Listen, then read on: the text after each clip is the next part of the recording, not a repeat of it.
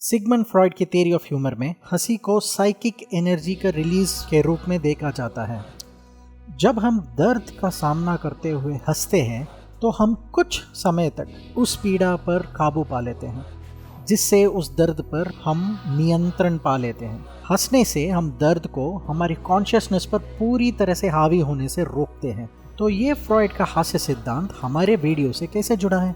आज हम एक ऐसी चीज के बारे में बात कर रहे हैं जिसने दंत चिकित्सा में पूरी तरह से क्रांति ला दी, और वो चीज है नाइट्रस ऑक्साइड, जिसे हंसी का गैस के नाम से भी जाना जाता है। अब क्वेश्चन ये है कि ये अजीब नाम वाला गैस डेंटल चेयर्स तक कैसे पहुंची। चलिए हम इस रोचक इतिहास में गोता लगाने वाले हैं, जानेंगे नाइट्रस ऑक्साइड और दंत चिकित्सा में उसने हमारी अनुभवों को कैसे बदल के रख दिया।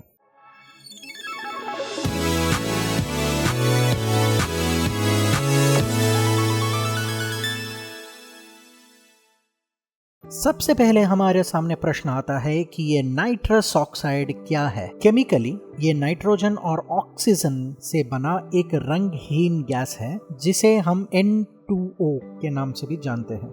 नाइट्रस ऑक्साइड विभिन्न प्रकार के कृषि पद्धतियों से उत्पन्न होता है, जैसे कि एग्रीकल्चर वेस्ट को जलाते समय या खाद का उपयोग करते हुए, और जब सांस के द्वारा इसे अंदर लिया जाता है तो ये गैस उल्लास और रिलैक्स होने की भावना को पैदा करता है। इसीलिए ये गैस लाफिंग गैस के नाम से भी जाना जाता है। आप मानो या ना मानो, नाइट्रस ऑक्साइड को इस्तेमाल करने की शुरुआत हॉस्पिटल या डेंटल क्लिनिक में नहीं हुई। लोग नाइट्रस ऑक्साइड को पार्टीज में यूज करते थे, और नाइट्रस ऑक्साइड एक पार्टी की सेंटर ऑफ अट्रैक्शन भी हुआ करता था। 1800 के दशक में लोग सामाजिक समारोह में मौज मस्ती के लिए इसे सूंघते थे, क्योंकि इसको सूंघने के बाद उनको हल्का होने का एहसास हो रहा था। लेकिन अब तक किसी ने नाइट्रस ऑक्साइड को दवा के तरह उपयोग करने के बारे में नहीं सोचा था। ये सब कुछ बदल जाता है जब 1844 में हॉरस वेल्स नामक एक डेंटिस्ट नाइट्रस ऑक्साइड की एक पार्टी में भाग लेता है। उन्होंने देखा कि गैस के प्रभाव में एक व्यक्ति खुद को घायल कर लिया, लेकिन उसे कोई दर्द महसूस नहीं हो रहा था। हॉरस वेल्स के मन में एक विचार आता है। उन्होंने सोचा कि अगर नाइट्रस ऑक्साइड के इस्तेमाल से दर्द कम होता है तो क्या वो दांत निकलवाने के समय होने वाले दर्द को कम करने के लिए नाइट्रस ऑक्साइड का इस्तेमाल कर सकते हैं। उन्होंने अगले ही दिन खुद पे इस विचार को टेस्ट करना शुरू कर दिया। उन्होंने नाइट्रस ऑक्साइड को सूंघा और खुद का ही एक दांत निकलवा लिया। इस प्रक्रिया में उनको बहुत कम दर्द हुआ, और एक दांत निकाल के उन्होंने लगभग दुनिया ही बदल दिया, क्योंकि मेडिकल यूज के लिए एनेस्थीसिया की शुरुआत हो चुका था। मरीजों को पूरी होश में दांत निकलवाने से होने वाले दर्द और आतंक से छुटकारा मिलने वाला था। सांस के द्वारा अंदर लेने पर नाइट्रस ऑक्साइड तेजी से ब्लड स्ट्रीम से होते हुए मस्तिष्क तक पहुंचता है, जहां ये न्यूरोट्रांसमीटर सिस्टम को प्रभावित करता है। मस्तिष्क में नाइट्रस ऑक्साइड NMDA रिसेप्टर्स को ब्लॉक करता है, जिससे मरीज को ऐसा लगने लगता है कि वो कोई सपना देख रहा हो, और ये दर्द भी कम पहुंचाता है। इसके अलावा नाइट्रस ऑक्साइड मस्तिष्क में डोपामाइन की मात्रा को बढ़ा देता है, जिससे सुखद अनुभूति होती है और कुछ मामलों में अनियंत्रित हंसी भी आती है। लेकिन सभी चिकित्सा उपचारों की तरह नाइट्रस ऑक्साइड का भी कुछ दुष्प्रभाव है।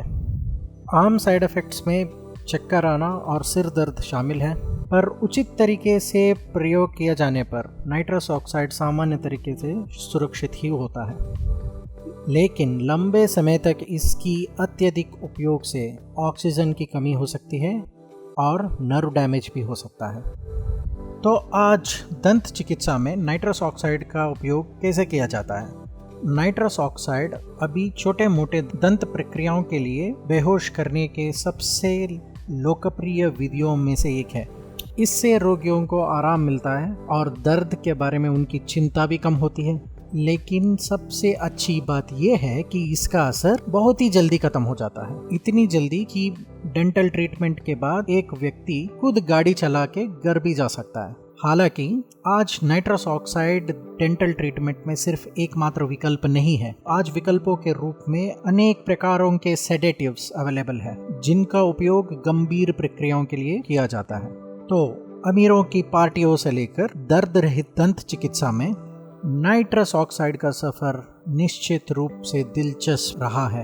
अगर आप एक डेंटिस्ट के पास जाने में घबराते हैं तो नाइट्रस ऑक्साइड या लाफिंग गैस आपका सबसे अच्छा दोस्त हो सकता है। Thank you for watching.